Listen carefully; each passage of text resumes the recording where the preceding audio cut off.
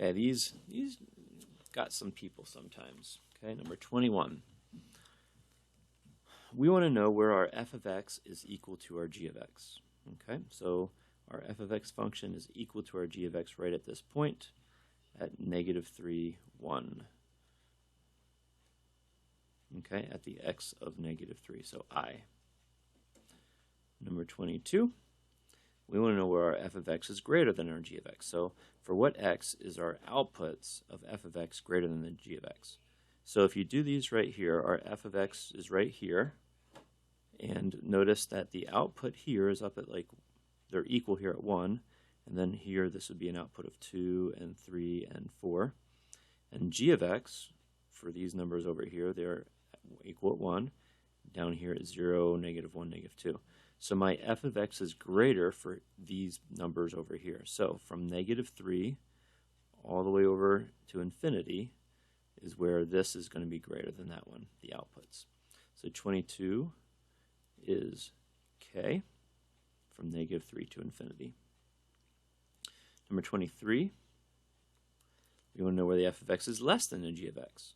So the f of x here, the blue line, is outputs here are less than the g of x.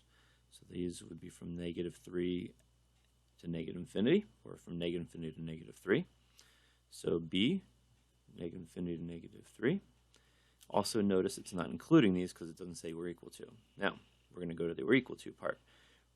We want to know where g of x is greater than the f of x or equal to. Notice it's really the kind of the same idea here as number 23, except it's or equal to. It's the only thing that's going to change is the bracket. Okay, so number 24 is from negative infinity to negative 3, including the negative 3, which is choice A. Number 25, we want to know where y2 minus y1 is equal to 0. So basically, if I know it has to be equal to 0, I know it has to be the same number. So where are they equal to each other? So they're going to be equal to each other right at that point, which is once again I, at x equals negative 3.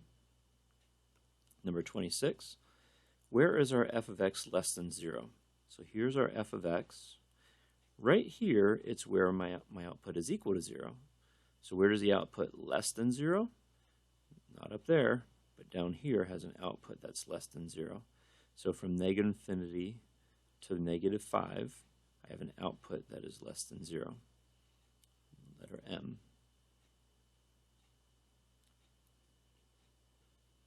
Okay, 27. Where is my g of x? So we're looking at the red line. Greater than 0. Okay, so here is where my output is equal to 0 at negative 2. And where is it going to be greater than 0?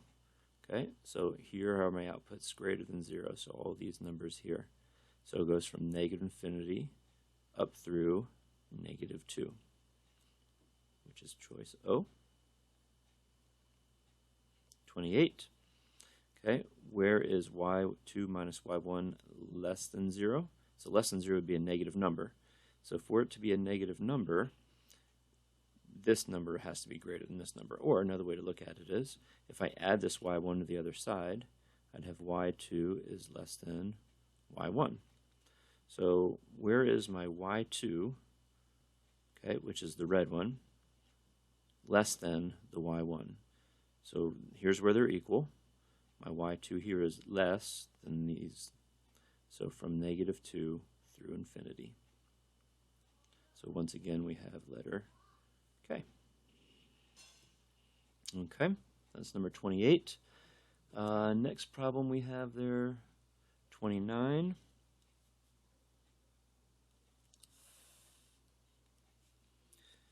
Okay, so we have 5. Let me write the problem down first. And we want to solve this. So I'm going to add like terms together here.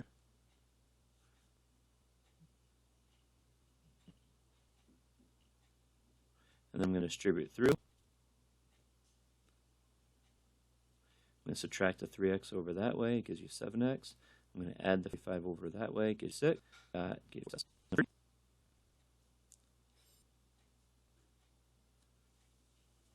Okay, So I don't like fractions. I'm going to get rid of those first. So I'm going to divide it, multiply it all by 12.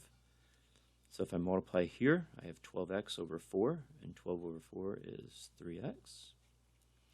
And here, if I multiply there, it's going to 12 divided by 3 is 4 times that x plus 4. And 12 times negative 2 is negative 24. Remember to multiply it all the way through. So we have 3x minus 4x minus 16 is equal to negative 24. 3 minus 4 would be negative 1x. And if I add the 16 over, I get negative 8. Divide gives me x equals 8. Number 31.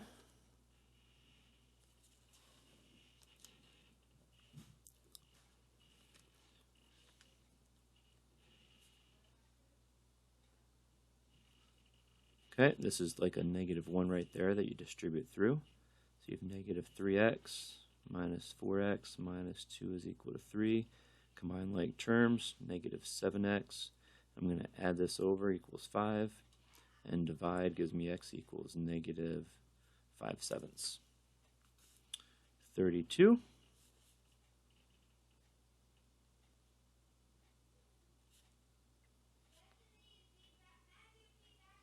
Sorry if you hear my kids upstairs.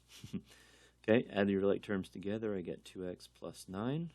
Distribute through here, I get 2x. Be minus 10, minus 3 more is negative 13.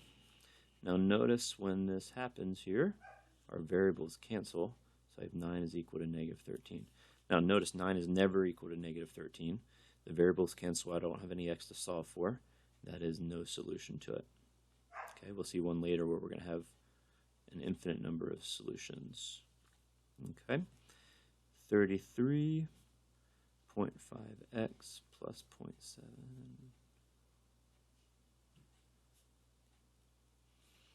Okay, so yeah, you can work with the decimals, or you know what? Instead of working with decimals, I'm going to multiply it all by 10. So that moves your decimal over 1. So I have 5x plus 7 times 4 minus 3x equals 4x. Okay, you could work with decimals too either way. So 7x plus 28 minus 21x equals 4x. Add your like terms together. Negative 16x plus 28 is equal to 4x. And yeah, I'm going to add that over. I have 24x is equal to 28. And x is equal to 28 over 24, which would be 7/5.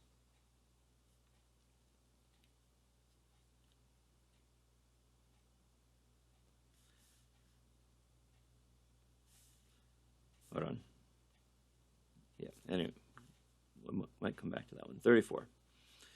X divided by 4 minus 5x minus 3 is equal to 6 equals 2 minus 7x plus 18 over 12.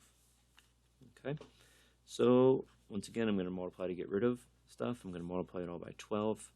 So 12 divided by 4 is 3x. 12 divided by 6 is 2 times that 5x minus 3. And then 12 times 2 is 24.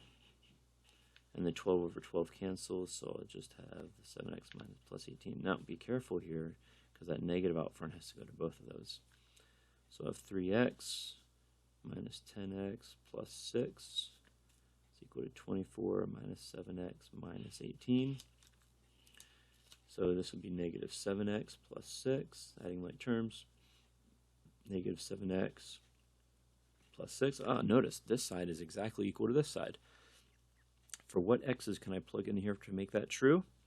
Every single x. And if you want to go one more step farther, you can see 6 is equal to 6.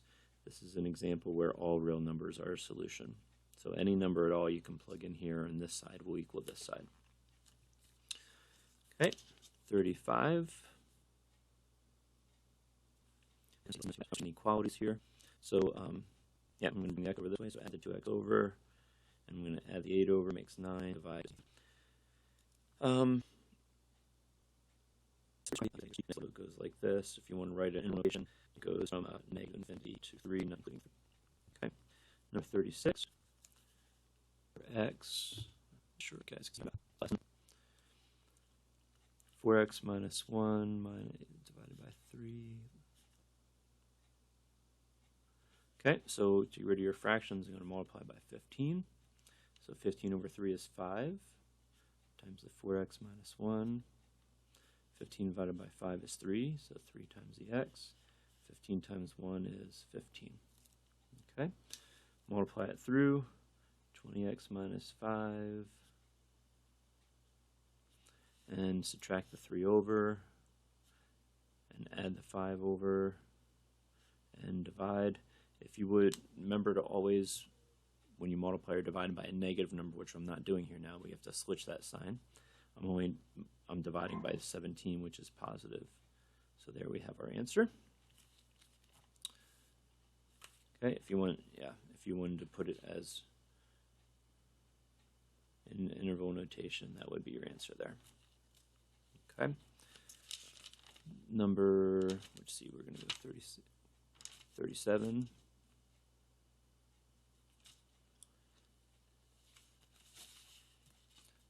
Okay, we have negative 6.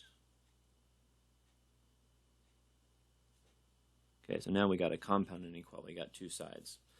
So I'm going to multiply all three sides by 7. So this would be negative 42. And 7's cancel out here, so you just have 4 minus 3x. And here you have 14. Now, I taught you two different ways of doing this. You could set up two different equations. You have the negative 42 is less than or equal to 4 minus 3x. And then the other equation, you cover up that side, 4 minus 3x is less than 14. Or you can just solve it all at once. I'm going to subtract 4 from all the sides. Negative 46. And divide it all by negative 3. Now, what I said earlier, when you divide by a negative number, you have to switch these signs around. Okay, so this would be 46 thirds, doesn't reduce, and this would be negative 10 thirds, doesn't reduce. Okay, so if you drew a graph of this, negative 10 thirds would be down this way, x is greater than that number, open circle, and 46 thirds, x is less than or equal to that number, so closed and less than. So you have all the numbers in between there. So we would have negative 10 thirds in interval notation and 46 thirds, and that's including it. Okay, so that's through 37. Let's see, next problem, 39 through 46.